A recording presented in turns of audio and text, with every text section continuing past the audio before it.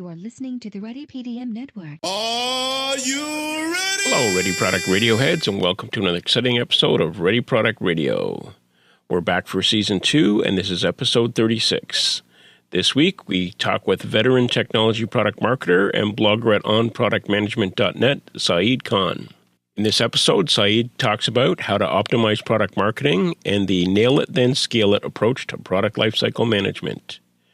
Ready Product Principle number 28 is borrowed from Peter F. Drucker. Because the purpose of business is to create a customer, the business enterprise has two and only two basic functions, marketing and innovation. Marketing and innovation produce results. All the rest are costs. Marketing is the distinguishing, unique function of the business. Enjoy the show. Saeed Khan, welcome to Ready Product Radio. Thank you very much, Alan. Yeah, thanks for joining us. As you may know, Saeed, Ready Product Radio is all about helping people be ready for the many challenges they'll face in their product journeys. And I understand today we're going to talk about product marketing and how to optimize product marketing. And that's definitely a common challenge that a lot of product people are going to face. Saeed, you and I go way back in the Toronto area, but for folks who may not know you, do you mind if we start with you just giving an introduction of yourself, talk about your day job, so to speak, and how long you've been in product and your passion areas, if you will? Sure. Thanks. We've known each other for a long time here in Toronto. I've worked in Toronto for a long time. I started my project management career here about 20 years ago. And in the interim, I lived in the Bay Area for about 6 years, working in the heart of Silicon Valley. Came back to Canada about 10 years ago and have been working here since. So about 20 years in product management, product marketing, and then prior to that, I did some development and some consulting and some other things. Nice. So today we're going to talk about how to optimize product marketing. And I know that this is a passion area for you. I've seen you present on this topic at a couple of product camps and whatnot. So let's introduce our topic. We've got it broken down into 4 subtopics, defining, the goals of product marketing, how to organize and staff it with the right people, and then thirdly, how to have a clear strategy and execute on the required activities, and then fourth, how to track, measure, and optimize it. Is that a good structure to go through the topic? Yeah, absolutely. Awesome. So, Saeed, why don't we start with the first piece? How do we define product marketing and understand the goals of product marketing in your perspective? Yeah, so this is interesting. Let me divert for a second. When Sure. people talk about product management, there's always a debate on exactly what it is and where it should focus. And if you ask 20 product managers what product management is, you'll probably get about 19 different answers. A couple of people might agree.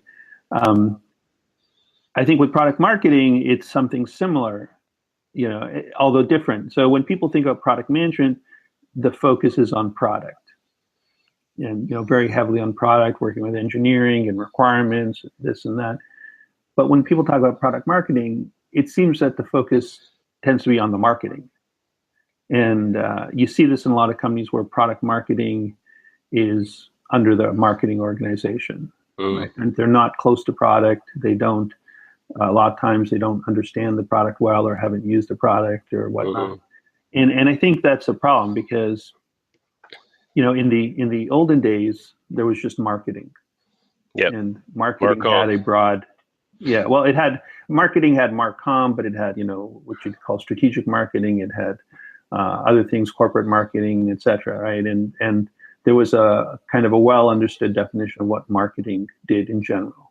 And then about, maybe 20 years ago, roughly speaking, the concept of product marketing seemed to started to emerge, but it was never clearly defined. So I think for me, it always starts at first principles. If you're going to do something, understand what it is, and then it makes it much easier to implement. So I look at product marketing as a part of what used to be overall marketing. And the way I define it is that product marketing is strategic marketing at the product or product line level. And its real focus is understanding the buying process, right? Now, you have to really think about that and sort of, interpret what that means. So first of all, there has to be a focus on product. I mean, A lot of times people who are product marketers tend to be just general marketers. Maybe they're product focused, but they're general marketers first. But really it has to be, you have to understand the product, you have to understand the buyer. So there's a marketing understanding, but it's really focused on the buyer and the buying process.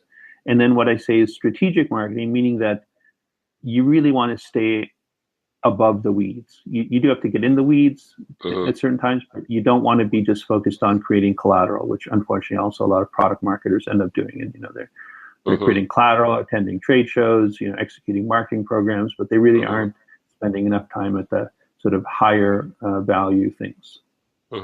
So that's the way I look at product marketing.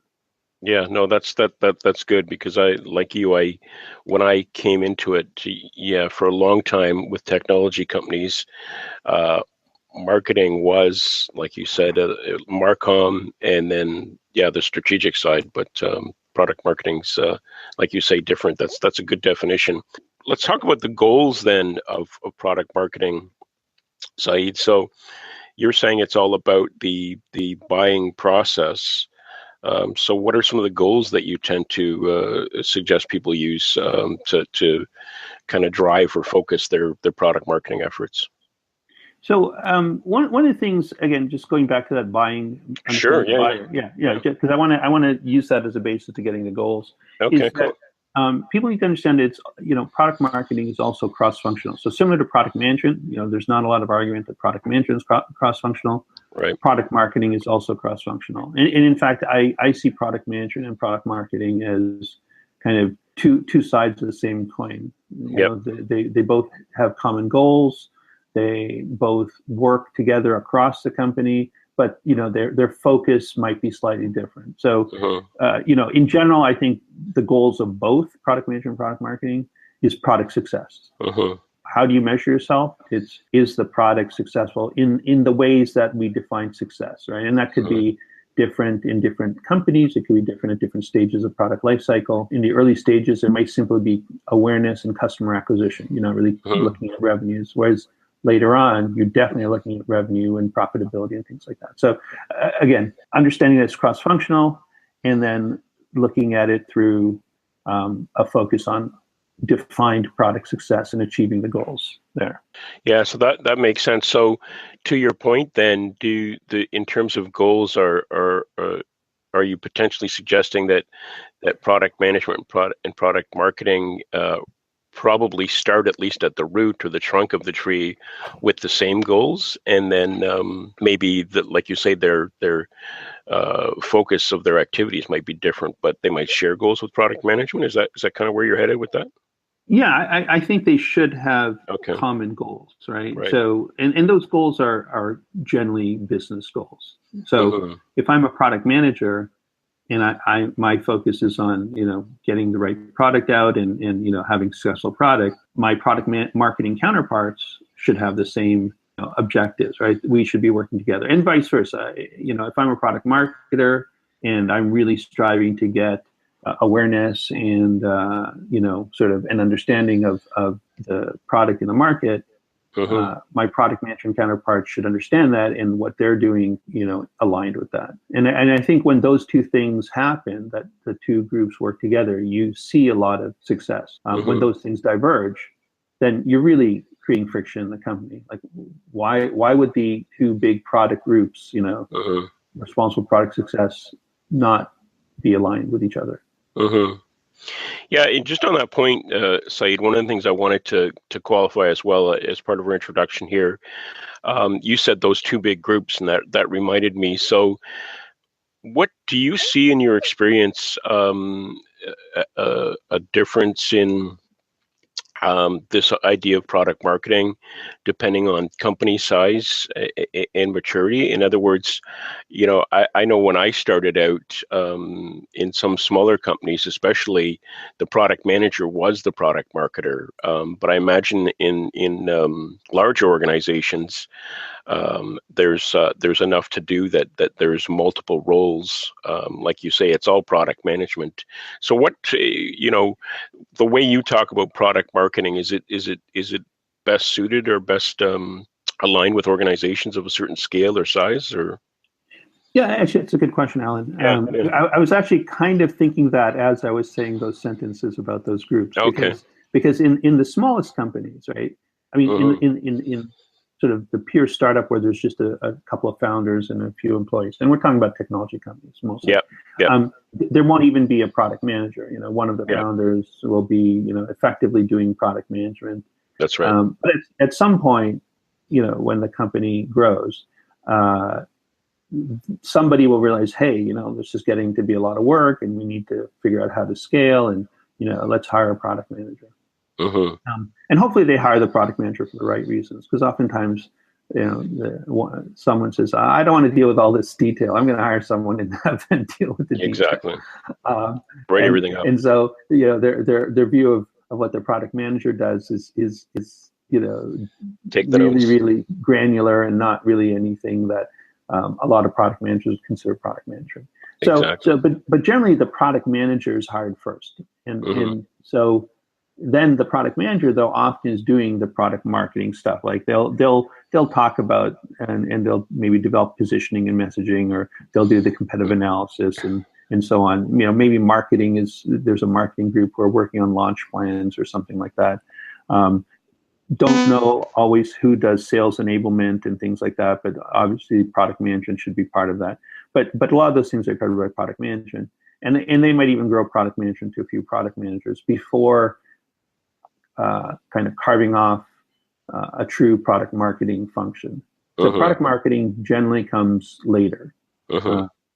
And so you might have a number of product managers in a company that might, let's say the company's at 100 people or something. I don't know what the right size is, but let's say it's about 100 people. You might have a couple of product managers, and somebody says, look, we need to scale better, and we need to find someone who can specialize on the buyer side of things and get that organization growing. So you see that, and I think that kind of ratio tends to continue into larger companies. In most companies I worked in, the product management group was larger than the product marketing group, maybe by a factor of about 1.5 to 2 times the size. I think that, I've spent most of my career in product management, and you often hear product managers complain about, lack of resources or lack of respect and things like that. But if you're on the product marketing side, you're probably looking at product management going, hey, why are you guys complaining? we got half the stuff you guys have. Yeah. So yeah, exactly. So it is. I think it is a challenge. I think product marketing is probably even more understaffed than product management in most companies. Yeah, no, that's interesting. Okay, so I just wanted to get that out there, and then the second question I have for you in terms of the goals, I wanted to give you a plug here because I thought you did a great job. So I recently heard you interviewed on the Everyday Innovator podcast with Chad McAllister, and great job on that, by the way. I really enjoyed listening to that. Thanks, Alan. Yeah, so recommend folks listen to that. But anyways, you talked about the nail it, scale it, milk it, and retire it or something like that framework there. But my question to you is, what about product life cycle, and the goals of product marketing? I know in product management, which is where I've spent most of my career, the goals are different depending on the phase of the product life cycle. Is it the same with product marketing or no? That's a really good question, actually. So that sort of life cycle stages that you're mentioning, it goes build it, nail it, scale it, extend it, milk it, end it. So okay. And just to sort of dwell on that for a sec, I've been to a number of conferences and product camps where I've talked about product lifecycle, and you might have 100 people in the audience, and I always ask them, I put up a chart and I say, okay, who can tell me all the stages of the traditional product lifecycle? and it's shocking. It's shocking that out of a group of, let's say, 100 people, not a single person can just name them all. Yeah. And even as a group, it becomes very difficult, almost embarrassing. Yeah. And then I found this thing that, like, well, why is that? Like, it's because people don't really, it's not meaningful to people. Yeah. Those kind of generic textbook stages. And so that's where this build it, scale it kind of model came up, because it's really more important to understand what are the objectives of each stage, because that's something we focus on. So that's that thing. And Alan, I'll tell you, if you repeat that 3 times, you'll never forget it afterwards. Yeah, well, I think I'll need more than 3, but yeah. So let's go through it. So I'm going to try it one more time. So we said build it, nail it, scale it, extend it, milk it, end it. Okay. I think it was the extend and end that I missed. But okay, cool. Yeah. Okay, so product marketing goals, are they different depending on where I am on that arc, or? So let's go back to what I said earlier about product success, right? So the goals of product marketing and product management, but product marketing in this case is product success, right? And those should be defined. So when you're at any stage, you should have a clear understanding of what you're trying to achieve, and then what activities need to be done in order to achieve those goals. And so yes, I would say they would definitely change over the life cycle, because your goals are changing over life cycle. So in the early stages, right? So build it, right? So build it is really this very, very early stage. It's where the whole lean startup kind of methodology focus on, which is really, understanding and who your initial customers will be and what problems you're going to solve. There's obviously, from a product perspective, there's real focus on what you're building. But from a pure product marketing perspective, it's really understanding who those initial buyers are, right? What are their needs, and what is it that you need to communicate and deliver to them so that they can take advantage of what you're offering. So that's a pretty constant thing throughout the life cycle, but in the early stages, that's pretty much where your focus is, right? You're not going beyond that, because you're really, first of all, you're probably resource strapped anyway, whether you have a dedicated product marketing person or not. But secondly, there's only so much capacity you have. The nail it stage, really what that talks about is really getting crisp and clear on what you've built. So you've built something in the first stage to target a specific use case or a small number of use cases and some target audience. It's probably rough. It's not really, pristine. But by the second stage, you really want to get that going. And it's not just about product, by the way. Like when you want to nail something from a business perspective, it means your product is right for that target group, but the rest of your company, how you go to market is going to be right. So what you're saying to the market is right. So that's where product marketing really, really, really needs to be on board and doing what they're doing, because you want to have crisp messaging, nail your messaging, nail your competitive analysis, nail your go-to-market, get your salespeople ready, etc., so that what you're doing there, you're doing it right, even if it's in a small scale, right? Maybe you're only looking at customer acquisition for a local, sort of audience. You don't have the ability to deliver to other countries or whatnot, but you really want to get that right, because the next stage, when you scale, scale means scale your business. Right? So I've got this use case right. I've got my audience and my target market segments all understood. I've got everything working. Now I want to scale. So what I'm doing is I'm growing my business. So I might be growing geographically. I might be going out and just focusing more on customer acquisition and growing it out. And the thing is that if you don't nail it, which means you don't get things right, you're not working efficiently. When you scale, then all those inefficiencies will grow. And in fact, they'll probably multiply. And I worked in a kind of like this once, unfortunately, where they went to market way too early. They had sales reps, they had sales consultants, they were going down to Wall Street and making pitches to customers. And it was for naught, because they didn't have the product ready that those target customers wanted. And so, you end up expending a lot of energy if you try and scale on nothing. Right. Because you don't have anything to deliver. So you didn't have it before. Maybe you thought you did, but you definitely don't do it now. So anyway, so from that perspective, when you were talking about product marketing, you really need to think about what's required there. So if I'm going to scale my business, I need to grow my customers. You want to be able to, for example, have influencers and other people who are going to help you scale. So let's take a typical sort of enterprise software product. Once you get to that scale stage, your buyers are going to become, much more sort of scrutinizing about you. When you were a smaller company, you could work very closely. You could, handhold people. Once you start scaling, you can't give that kind of attention. So, as an example, working with analysts or working with other influencers, whether it's, from a media perspective or journalists or other people like that, you really want to get those kinds of activities going. And product marketing is the obvious group to handle all that kind of stuff.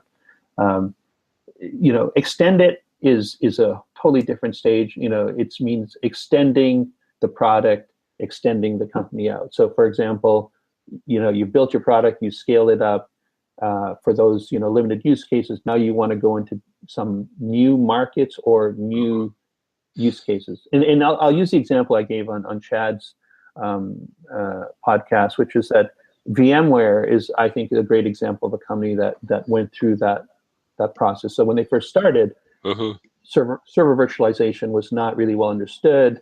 The technology was still a bit, raw. It may not have been perfect, but it still had huge value. And their initial target market was people, who need to configure multiple environments for their various QA activities. And virtualizing those environments was great because then they, companies could save on hardware and so on, right? Because configuring hardware was obviously a big expense and time sink. Point, and they did quite well in that market. You had to go beyond that, and once their technology was proven in the QA labs, people were less hesitant to put it onto the production servers because initially no one's going to take this technology that's unproven, put into production. Exactly. And so that's that. Then VMware basically went and extended their business into this whole production workload management area, which is huge, right? I mean, it's what exploded the company. And so that's the kind of example of extended, right? Where you say, look, we're taking our same technology. They didn't have to redo their technology. They didn't have to change it. They took and applied it to a different market, a different use case, different set of problems. And so, it's almost like the way I think of it, it's almost like launching a new set of products, right? So you have to position them properly, you have to message them properly, you have to understand who those buyers are, because those are very different than your QA. You have to understand that buying process, which again would be different, et cetera. So absolutely, like once you get to, the scale and the extend, product marketing, without question, I mean, I don't think anyone would argue with it, but without question becomes one of the most critical groups to do that successfully. Now, the thing is, I say to do it successfully because a lot of times companies try and do it, and they do it unsuccessfully. And sure. we can probably think of examples of that where companies tried to go into a new market and failed utterly. Yeah. So extend it. Then it sounds like the product marketing goals would be basically getting to those influencers because you're in a larger market, making sure that the new use cases and the new customers and their buying process is well understood. Are those some of the goals at the scale-up phase?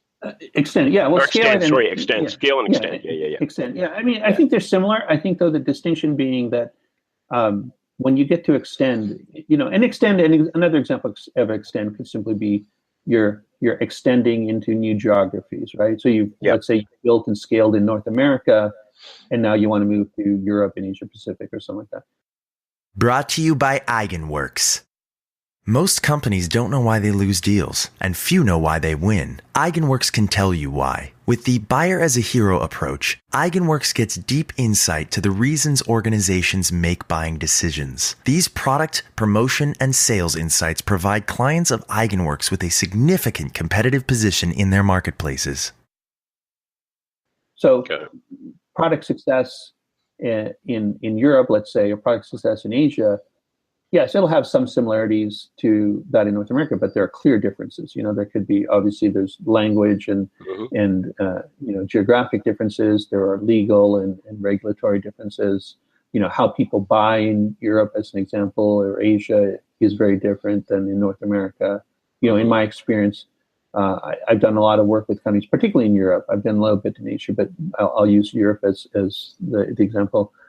There's a lot more partner-driven business in Europe than there is in North America. And in the companies I worked at historically, we've just had a huge focus on partners in Europe as compared to North America. We'll have partners in North America, but not to the extent that we've had to work with partners in Europe. So, your go-to-market has to be different in that kind of situation. And your messaging has to be different too, because maybe your overall messaging is the same, but when you talk to a partner and why they should work with you and your product, you have to keep in mind they're probably already working with maybe some of your competitors.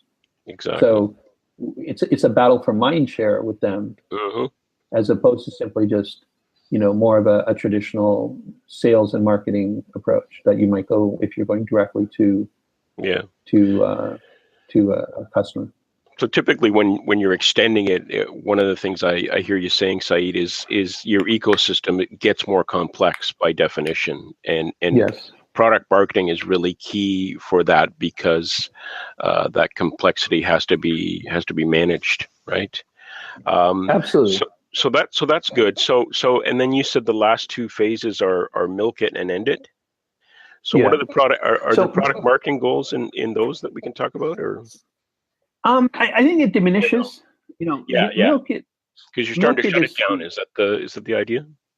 Yeah. So milk it is what it's kind of my pun on the cash cow stage that people talk about. Right? Yeah, exactly. It's where you're not really investing heavily in the product. You're continuing to sell it. You're probably if it's either a subscription or a business where you have a lot of renewal fees or maintenance fees. You're probably collecting those. And probably making hopefully a lot of money. And so what you want to do is at that point you have to keep track of the market. I mean, markets don't just stay stagnant. So let's say you have a product and it's in that later stage. You're saying milk it. Let's milk it, for example. Yeah. Let's collect those revenues. You're probably not changing things a lot, but you do want to monitor market. Maybe there's some disruptive or other things that are happening in the market that would require you to change your messaging, right? Now, one example, and this is one that I don't know if it was in the milk it stage, but I remember quite well, is when Oracle bought Siebel. So CRM was pretty mature by that point. And so this is, I don't know, maybe 12 years ago or something like that. It was sort of early 2000s. And that was a huge acquisition. And what I remember very, very sort of clearly is that about a week or two after the acquisition was announced, SAP came out with a completely new marketing campaign to go after the Siebel customer base. And what was surprising was, when I think of SAP, I don't think of them as this really fast-moving, dynamic, agile kind of company. They've been around for a long time. They do what they do, but they're big. They're very, very sort of focused on what they do. Yet 2 weeks, and I think it was 2 weeks. I mean, it was within certainly far less than a month. So 1 to 2 weeks. And I was amazed by that. But that kind of thing is something that clearly, somebody in Oracle was saying, and maybe it came down from the top, I don't know, but that was clearly a product marketing exercise that said, one of our segments, so CRM, is the market is being disrupted, and let's really respond in a way that is focused on those customers, those buyers, and what they're looking for. And SAP was playing up on the fears and things like that people might have had with the acquisition. But I thought those are the kind of things that really you want to look for in that phase, right? You're not worrying about your own issues as much as what's going on out in the market, or changes in the customers or things like that, and then responding to it.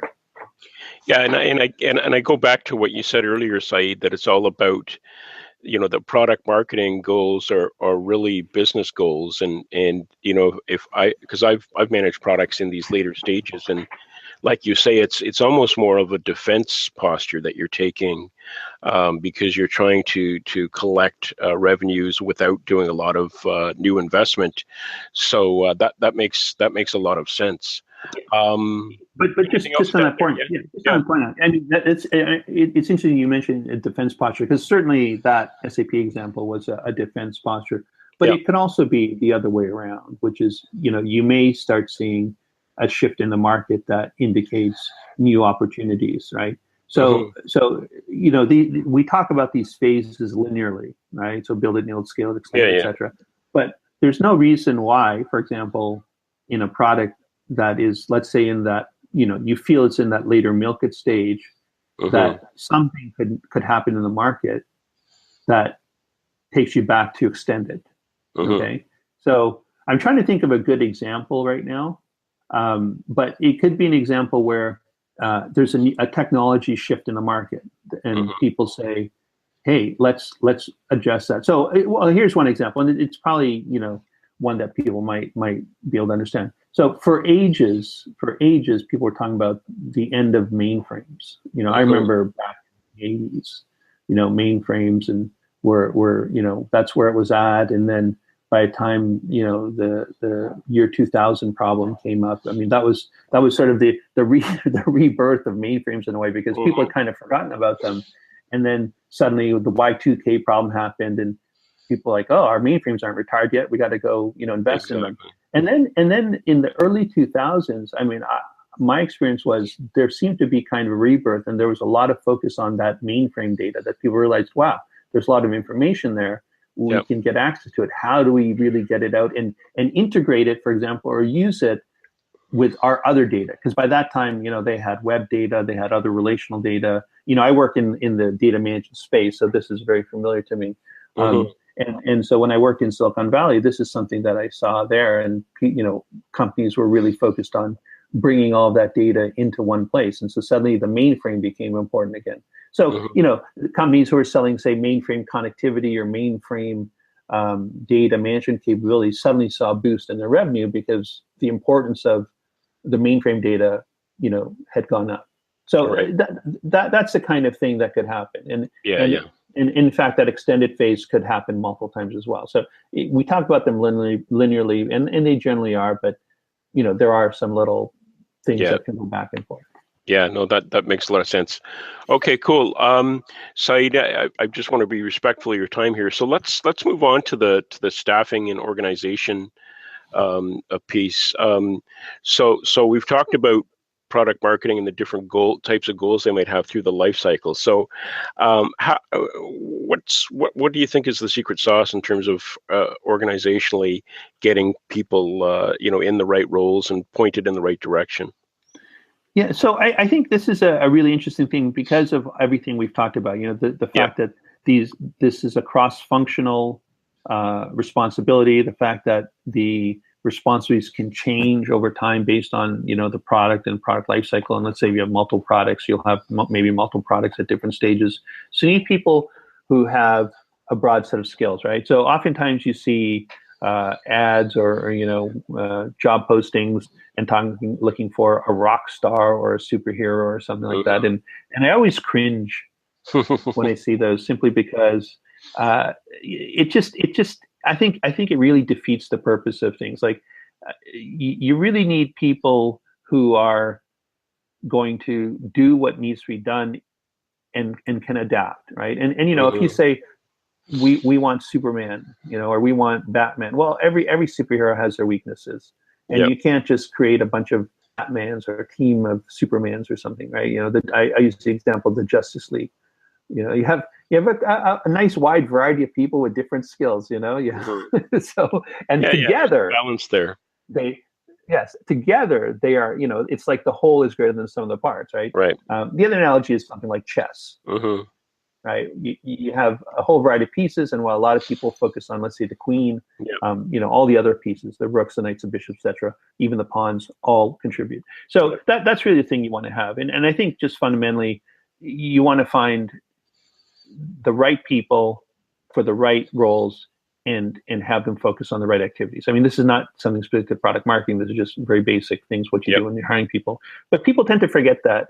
And I was, a long time ago, I was in a meeting with a VC, and they were doing a review of one of their portfolio companies, and they had this chart that they used to track, what the state of each group was. And so they had different columns and chart, and one was sales, one was marketing, one was development, and then they had product marketer and product manager as Hmm. two columns. And I was like, wow, so all the other ones are viewed as groups, Mm-hmm. and product marketer and product manager. Let's isolate these other two. Yeah. Yeah. And I just thought that was weird. And this was a VC who had invested in the company. And so, you want to think about teams as opposed to individuals. Right.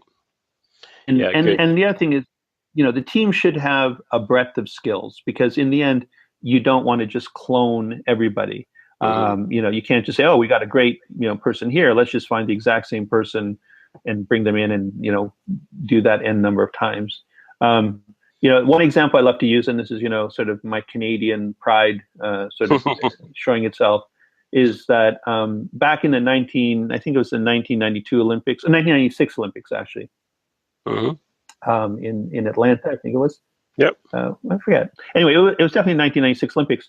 The 4x100 relay team for Canada won the gold medal. Mm-hmm. Now, the interesting thing was one of those guys, Donovan Bailey, he won the gold medal on the individual 100 meters. But none of the other three guys were even in the finals of the 100 meters. So, none of them were, in the top 8 sprinters in the world. Mm-hmm. And yet the combination of that team Mm-hmm. won the gold medal against, the US, which had a very strong team, and Jamaica, which had a very strong team, and I forget who else was running in the race. And the thing was that here was a group of guys. Definitely there was one superhero for sure, but the other guys were good, but they weren't great. And yet the combination and their execution, putting them in the right roles, the guy who started, and then the two in the middle, and Donovan Bailey as the anchor, executed what they need to do when they need to do it, and they won by a good margin. So that's the kind of thing I like to think about, is you don't need superheroes everywhere. You need strong people, but you need to understand where they fit in and how they can do their job really well. Yeah, no, that's good, and that's obviously born out of your years of experience. So, in terms of organizationally, then, where do you see product marketing typically? And to contrast it with product management, Steve Johnson and Pragmatic always used to talk about where product management should report in the organization. So, where do you see product marketing typically in the organizational hierarchy? So, I'm pretty biased in this case, I'll be honest, and because I think that companies, technology companies in particular, but companies should have a product organization. Yeah. The traditional sales, marketing, finance, HR, etc. model doesn't work, because company success comes from product success. And if you're gonna focus on product, why doesn't product have a seat at the executive table, right? Yep. You cannot have proxies like engineering or marketing speak for product. So my view is that at the top there should be a chief product officer or some equivalent, and under that comes the product management, the product marketing, and possibly the engineering. It depends on how you want to organize it, but definitely product management, product marketing, and sort of other product centric groups need to have that kind of visibility. So I think product management, I said earlier, and product marketing are two sides of the same coin. I think those groups should be aligned, and they should be all part of the same organization. And that makes it very simple. When I've seen product management, say, report into engineering, or product marketing report into marketing, or even sales, what happens is they become just an adjunct to those groups. So if product marketing is part of marketing, then their focus tends to be on the marketing and not so much on the product ever. Right. And people do things like, we'll have a dotted line responsibility to this or that. And, dotted line responsibility is meaningless. I mean, it's just lip service, Yeah, you're responsible and accountable to who's giving you your marching orders. End of story. So I think very clearly that should be the case. Now, 10 years ago, I don't even think people used the term chief product officer very much. Whereas now, I think it's pretty common, and there's a very clear understanding that product is key in success, and so you see that more and more. Although I still see companies where product marketing is under marketing or under sales, which I think is just a mistake. I think the worst thing for product marketing is to be reporting into sales, and nothing against salespeople, but product marketing really, if you look at the definition we had earlier, it was strategic marketing at the product level. That's really quite different than what sales needs, right? Sales support is not product marketing specific. Yeah, definitely. So what's left then? So we've talked about what it is. We've talked about the goals of the different life cycles and organizationally where it fits. So you want to finish up with measurement, talk about metrics for product marketing? Sure. So, product marketing, like any other group, should be managed in a way that is repeatable and can be traced and you can actually improve, right? So if you look at product marketing from year to year or from company to company even, and you say, how do you make improvements to product marketing? I think you'd be hard pressed to find any kind of consistent answer. People look at very empirical things, maybe the number of analyst meetings they have, or something that really isn't meaningful, quite honestly, if you look at the goals, product success, right? How do you improve your ability to make successful products and bring them to market and take them to market, et cetera, right? Those are the kind of questions. So, there's some basic things. When you think about metrics, and the metrics is always an interesting conversation because, there's very clear sales metrics. I mean, sales is probably one of the most metrics-driven organization in terms of obviously closed deals in the pipeline, stage of the deal, size of the deal, number of deals, all those kinds of things. And marketing has a lot of metrics, although some of the marketing metrics like, tweets and things like that, I think are not really, very useful. But you have, the pipeline and lead generation metrics and things like that. And those are all really useful.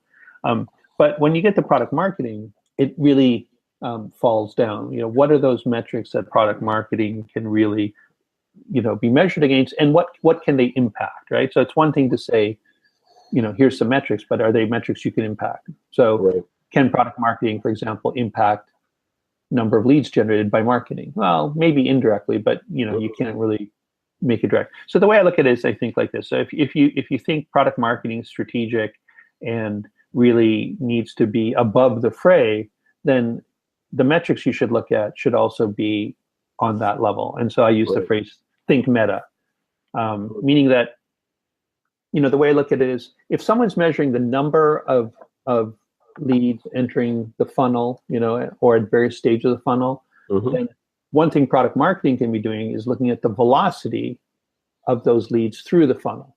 So as an example, sales has a common refrain, and again, nothing against salespeople, but we need more leads, right? This is always the thing. And oftentimes when they get more leads, their response is, these leads are terrible. Quality. We need quality leads. Exactly.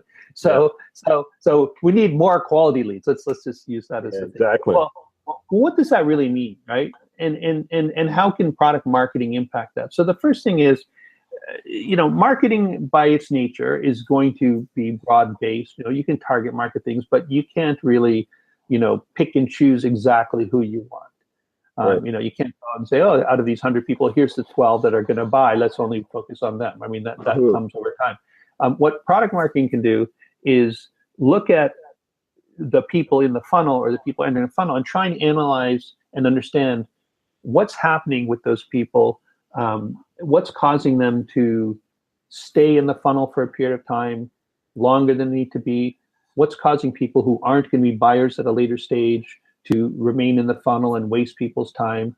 So the question really becomes, how can I accelerate people through the funnel, removing the barriers that are blocking them from moving forward? And how can I eliminate the people who aren't going to be the buyers in the end, right? And so this takes time, this takes work, this takes insight, but this is something that product marketers can do because guess what? Their focus is the buyer, the buying process, understanding the market needs. Like that's core. So one of the things I suggest is that, a lot of companies will do win-loss analysis, but they'll do it at the very end. At the very end, we won a deal, let's understand why we won, or we lost a deal, let's understand why we lost.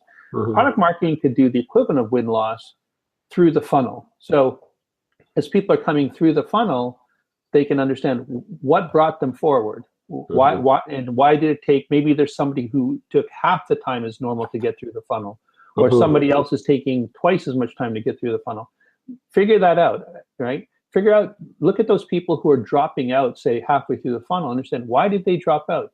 Were they just poorly suited in the beginning, or did they hit a barrier that they couldn't bypass? And if you can work those things out and you can accelerate the right people through the funnel, guess what?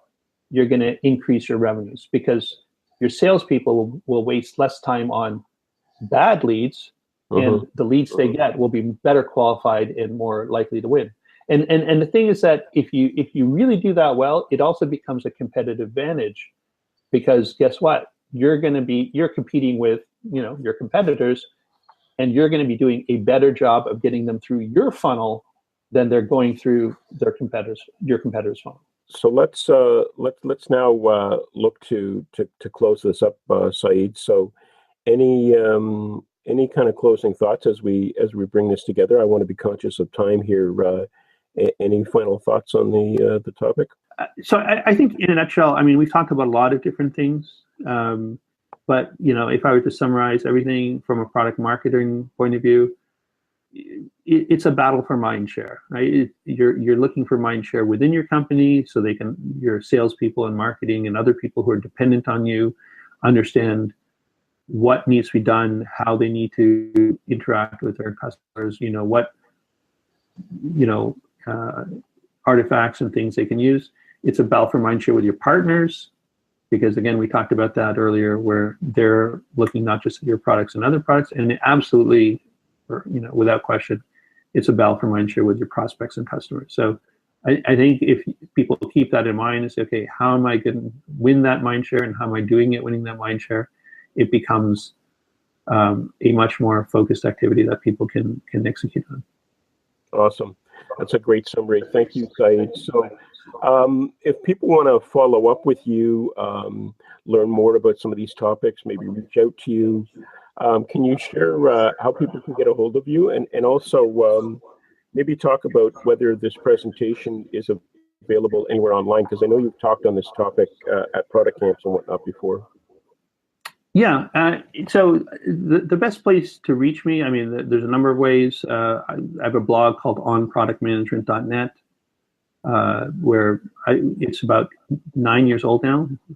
Hard to believe, but been blogging there for about 9 years. Myself and many other people have contributed to it.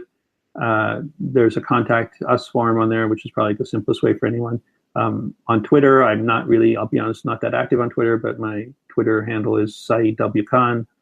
And I think between those two, that's probably the easiest way to reach me. This presentation is online. I presented at Product Camp Boston earlier this year, but I think people would have to go there and do a little bit of hunting to find it, because they posted a lot of presentations. I'll probably put this up on SlideShare, Alan. Excellent. And share that out, and then maybe you can also sort of we'll figure that one out. I'll include a link to it once I see that. That's great. So Saeed, thank you. I want to thank you for being a trooper. We've had some technical difficulties on this recording. I appreciate you hanging in there. So thanks for your time, and we'll speak again soon. Yeah, absolutely, no problem. Thank you for having me, Alan. I really appreciate it. Brought to you by Eigenworks.